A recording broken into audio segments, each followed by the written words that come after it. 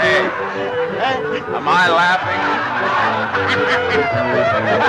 Preston Sturges was a singular filmmaker and a pioneering auteur of classic Hollywood, an artist whose raw talent revolutionized the screwball comedy. Unlike many of his contemporaries, Sturges wasn't just a director, he was a writer-director at a time when screenwriters seldom had such control. Sturges is one of my favorite filmmakers. His movies are endlessly charming, entertaining, and hilarious. Here are my top 5 Preston Sturges films. At number 5 from 1940 is Christmas in July, starring Dick Powell and Ellen Drew. The film follows Jimmy McDonald, a working-class dreamer longing for a better life. Jimmy spends his days entering various contests hoping to strike it rich. That day arrives when he learns he is the winner of a major advertising contest thanks to his slogan, If you don't sleep at night, it isn't the coffee that keeps you awake, it's the bunk.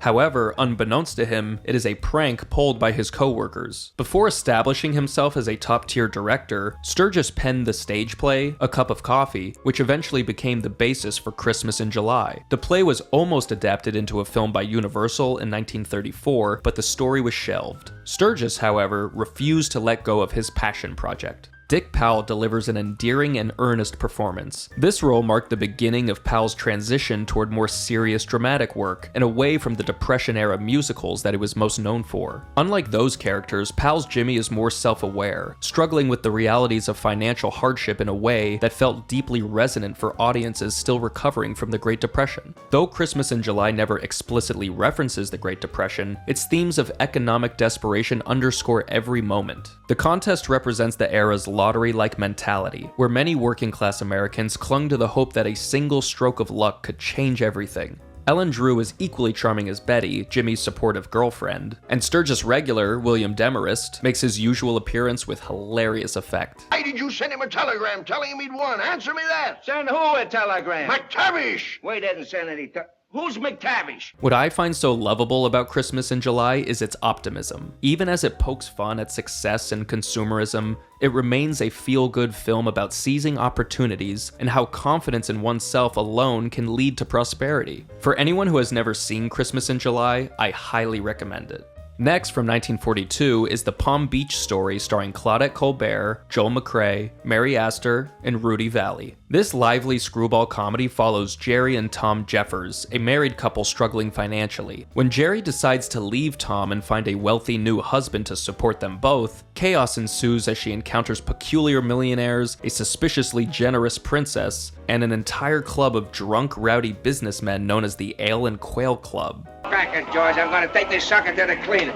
Who'll be the judge? For $50. $50. And you be the judge? I'll be the judge. The Palm Beach Story is peak Preston Sturges. It's fast, frantic, and filled with some of the most off-the-wall characters ever put on screen. Claudette Colbert is fantastic as Jerry, effortlessly handling Sturges' lightning-paced dialogue, while Joel McCrea proves to be the perfect straight man to the surrounding lunacy. Mary Astor shines as Princess Centimiglia, and who can forget Rudy Vallee as the eccentric millionaire John D. Hackensacker III. What I love most about this film is its unrelenting energy. Sturges throws in so many ridiculous moments. Hell, the Ale and Quail Club alone could have been an entire movie to themselves, and yet the story never feels bloated. The film also has one of the most baffling opening sequences of any classic comedy. It begins with a completely unexplained flashback montage, only for the story to move on without ever addressing it. Sturges reportedly included it as a joke, trusting that the audience would just accept it as part of the film's wild, slapstick style. Also, the Weenie King, an elderly millionaire who helps Jerry on her journey, was inspired by a real-life businessman Sturges actually met. Overall, with its rapid-fire wit, unpredictable plot, and the unexpected laugh-out-loud ending, it truly makes The Palm Beach Story one of the funniest films of the 1940s. If you love zany, fast-talking screwball comedies, then this film is a must-see. At number 3 from 1948 is Unfaithfully Yours, starring Rex Harrison, Linda Darnell, and Rudy Vallee. This unique comedy follows a famous orchestra conductor who, upon suspecting his wife of infidelity, envisions 3 elaborate revenge scenarios, each playing out in his mind with increasing absurdity. Rex Harrison is brilliant as the conductor, Alfred Decarter, perfectly alternating between suave elegance and manic frustration. Linda Darnell is radiant as his seemingly unfaithful wife, and Rudy Valley delivers another scene-stealing performance. If it was any trouble or inconvenience in any way? Nothing is too much trouble for the busy man. If you ever want anything done, always ask the busy man. The others never have time. What makes this film so fascinating is how Sturges plays with structure. The fantasy sequences set to classical music are beautifully directed, and seeing how it all culminates in the climax of the film will have you not only at the edge of your seat, but reeling in laughter. What sets Unfaithfully Yours apart from Sturges' other films is how it expertly blends sophisticated dark comedy with physical slapstick humor. The film also boasts a magnificent use of classical music, showcasing pieces by Rossini, Wagner, and Tchaikovsky, and while the film did sadly bomb at the box office upon its release, it has since become a beloved classic and a highlight of Sturges' career. So if you have never seen Unfaithfully Yours, I implore you to give it a watch. Next from 1941 is Sullivan's Travels starring Joel McCrea and Veronica Lake. The film follows John L. Sullivan, a successful Hollywood director who grows tired of making comedies and devises a plan to make a film that depicts the true plight of humanity. By traveling around the country as a tramp, Sullivan hopes to understand the real-life struggles of the everyday poor citizen. I'm going out on the road to find out what it's like to be poor and needy, and then I'm going to make a picture about it. But, as you can imagine, his journey doesn't go quite as planned. The script is razor sharp, jam-packed with not only a plethora of great gags and jokes, but it also has incredible emotional depth. Joel McCrea gives one of the finest performances of his career. He plays Sullivan as a genuinely well-meaning but clueless director with complete sincerity. Maybe there's a universal law that says stay put. As you are, so shall you remain. Maybe that's why tramps are always in trouble. They don't pay taxes. They violate the law of nature. You look very pretty in that outfit.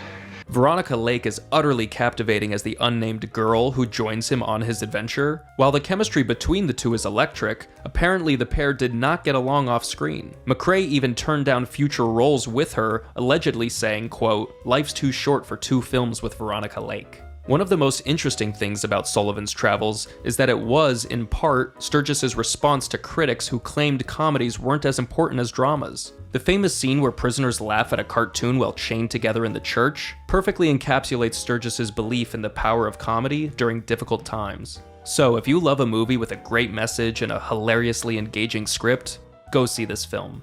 And at number 1 from 1941 is The Lady Eve, starring Barbara Stanwyck, Henry Fonda, and Charles Coburn. This delightful screwball comedy follows Jean Harrington, a con artist who, along with her father, sets her sights on the naive and wealthy Charles Pike. However, their con comes into jeopardy when Jean begins to fall in love with Charles, setting off a chain of crazy events. Sturges was the best at blending sharp wit with romance, and The Lady Eve is one of his most accomplished works. Barbara Stanwyck is absolutely dazzling as Jean. The way she seamlessly morphs between cunning trickster and the lovesick heroine is mesmerizing to watch. Not to mention, she is the highlight of one of my favorite scenes in all of cinema. He's returning to his book. He's deeply immersed in it. Watch his head turn when that kid goes by. Won't do you any good, dear. He's a bookworm, but swing him anyway. Henry Fonda is perfect as the hapless and gullible Charles Pike. Because Fonda was known for his serious dramatic roles, Sturges made sure to include as much physical comedy as possible, resulting in numerous scenes of Fonda taking pratfalls, flipping over couches, and simply just making a fool of himself. The chemistry between Stanwyck and Fonda is magnetic. Their intimate love scene alone is one of the most sensual and erotic scenes ever put to film. Charles Coburn provides excellent support as Jean's scheming but lovable father, and Eugene Pallett is superb as Pike Sr. You haven't been hitting the bottle lately, have you? Of course he hasn't. Anybody's apt to trip. Not over a sofa. That sofa's been there for 15 years, and no one ever fell over it before. Sturges was a master of dialogue, and The Lady Eve is a prime example of this. The script is teeming with innuendos and double entendres, which help make the story all the more engrossing. For example, in the film, Charles Pike has just returned from the Amazon studying snakes, and later on he reads from a book titled Are Snakes Necessary?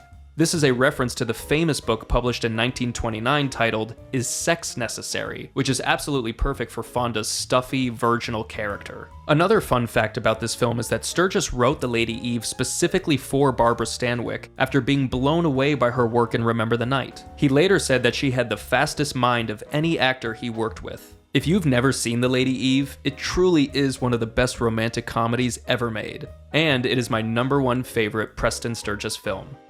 Preston Sturges is one of cinema's greatest comedic minds, and his films remain some of the funniest and most creative movies ever made. If you're unfamiliar with his work, these 5 films are a perfect introduction to his unique style. Let me know in the comments which Sturges film is your favorite, and, as always, thanks for watching.